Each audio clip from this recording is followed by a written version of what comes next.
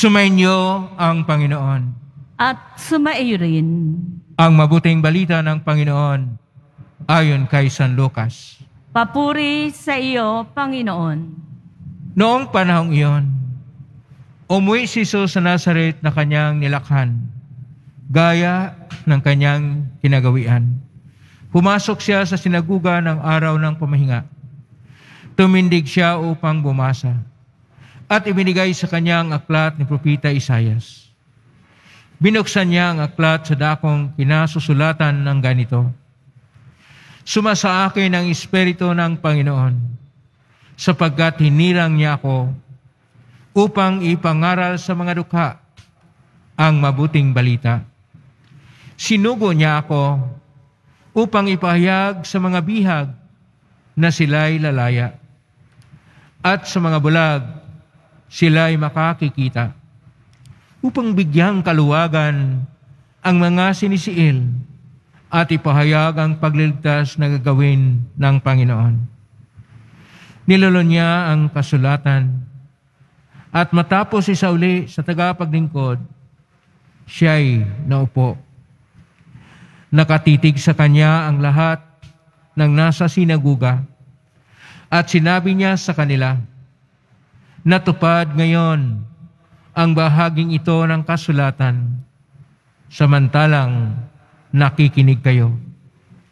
Pinuri siya ng lahat at namangha sa kanyang napakahusay na pananalita. Hindi ba ito ang anak ni Jose? Tanong nila. Kahit sinabi ni Jesus, walang pasalang babanggitin ninyo sa akin ang kawikaang ito. Doktor, gamitin mo ang iyong sarili. Sabihin ninyo sa akin, gawin mo naman sa iyong sariling bayan ang mga nabalitaan naming ginawa mo sa Capernaum. At nagpagtuloy ng pagsasalita si Jesus. Tandaan ninyo, walang propitang kinikilala sa kanyang sariling bayan. Ngunit sinasabi ko sa inyo, maraming babaeng balo sa Israel noong kapanahunan ni Elias, nang hindi umulan sa loob ng 3 tao't kalahati at magkaroon ng matinding tagutom sa buong lupain. Subalit hindi sa kanino man sa kanila pinapunta si Elias, kundi sa isang babaeng balo sa Sarepta, sa lupain ng Sidon. Sa dinami-dami ng mga kitungin sa Israel, noong kapanahunan ni Eliseo, walang pinagaling isa man sa kanila. Si Naaman pang taga-Syria ang pinagaling. Galit na galit ang lahat ng nasa sinagoga nang marinig ito.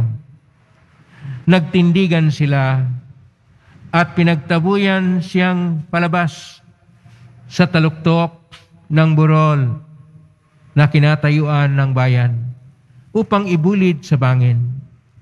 Ngunit dumaan siya sa kalagitnaan nila at umalis. Ang mabuting balita ng Panginoon. Pinupuri ka namin, Panginoong Heso Kristo. Magsiupo muna po tayong lahat. Isang mapagpalang araw po sa inyong lahat. Purihin po natin ang ating pong Hesus Nazareno. Nasa Lunes tayo ng ika-22 na linggo sa kanunong panahon. Ito yung pagpapahayag ng ating Panginoong Hesus na ang kalooban ng Diyos ay tungkol sa kaligtasan ng lahat. At wala pong pinipili.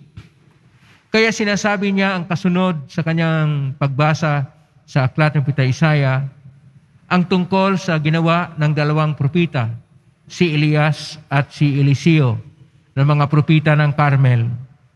Si Elias ay kanya pong tinulungan ang biyuda, ang balo ng Saripta ng Sidon. Ang mga taga-Sidon, hindi po yan tanggap na mga Israelita sapagkat tinuturing silang mga taong sinumpa. Kaya, nung sinabi na tinulungan ni Elias ang taga-Sidon, sila po'y nagalit. At lalo na, maraming kitungin sa Israel, pero sa panahon ni Propeta Eliseo, ang pinagaling niya ay si Naaman, na commander ng hukbo ng mga taga-Syria. At alamin natin ito mga taga-Syria, sila yung sumakop sa mga Israelita sa norte ng Israel at binihag sila sa panahon ng exile, pinatay at pinahirapan. Ang mga buhay ay ginawang bihag. Kaya lalo silang nagalit. Pero hindi nila manawaan na ang kaligtasan ay para sa lahat. Sapagkat naparito naman ang ating Panginoong Hesus upang iligtas tayo at bigyan ng buhay na ganap at ikasya siya. Kaya nga sa ating unang pagbasa, sa unang sulat ni San Pablo sa taga-Tesalonica, Kapitulo 4, versikulo 13 hanggang 18, sinasabi niya, na bubuhayin ng Diyos ang lahat ng mga namatay na nanalig sa ating Panginoong Hesus upang isama sa ating Panginoong Hesus Nazareno na siya ay pinatay, pero sa pangatlong araw siya ay nabuhay muli at kanyang dalhin ang lahat na kanyang iligtas sa buhay na ganap at ikasya siya. Sapagkat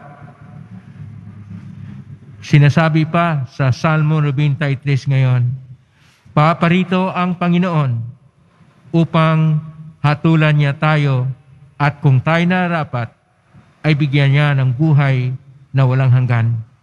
Sa ating pagkinig ngayon sa mga pagbasa, atin pong napakinggan ang tunay na tunguhin ng Panginoong Diyos, na siya ay Diyos na nagliligtas at hindi siya Diyos na nagbibigay ng parusa o dili kaya nagsumpa sa lahat ng mga taong marurupok, may hina at lagi nagkasala.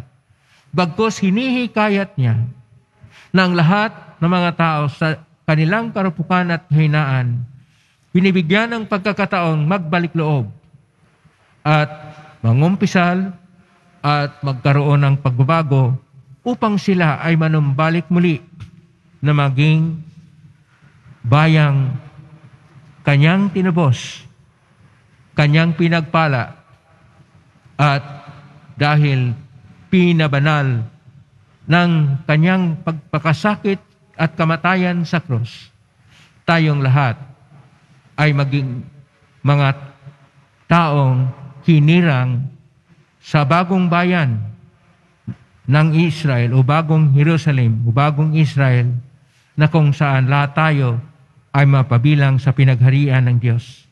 Ang pinagharian ng Diyos ay ibig sabihin dito, mamuhay sa kabanalan, mamuhay sa pag-ibig sa Diyos higit sa lahat at sa pagmamahal sa kapwa-tao, gaya ng pagmamahal sa sarili at laging gumagawa ng mabuti sapagkat ang Diyos natin ay Diyos ng kabutihan at pag-ibig. Kaya kung sa buhay natin tayo ay laging gumagawa ng kabutihan, sumasa atin na ang diwa ng Diyos. Kung tayo ay may adhikain para sa kabutihan ng lahat, ang adhikain ng Diyos ay naisabuhay na natin. At kung tayo ay nagbuklod upang laging mag-iisip ng kabutihan sa lahat, magkaroon ng habag sa ating kapwa, awa, patawad, at pagtanggap, at tunay na pagmamahal, ang Diyos na may habag, awa at pag-ibig ay sumasa atin na at maghahari na sa ating mga puso. Naway, mamuhay tayo sa kabutihan, sa pag-ibig, at habag at malasakit sa ating kapwa upang ang Diyos ay siyang pumapanginoon sa ating mga puso. Amen? Purihin natin ang Diyos.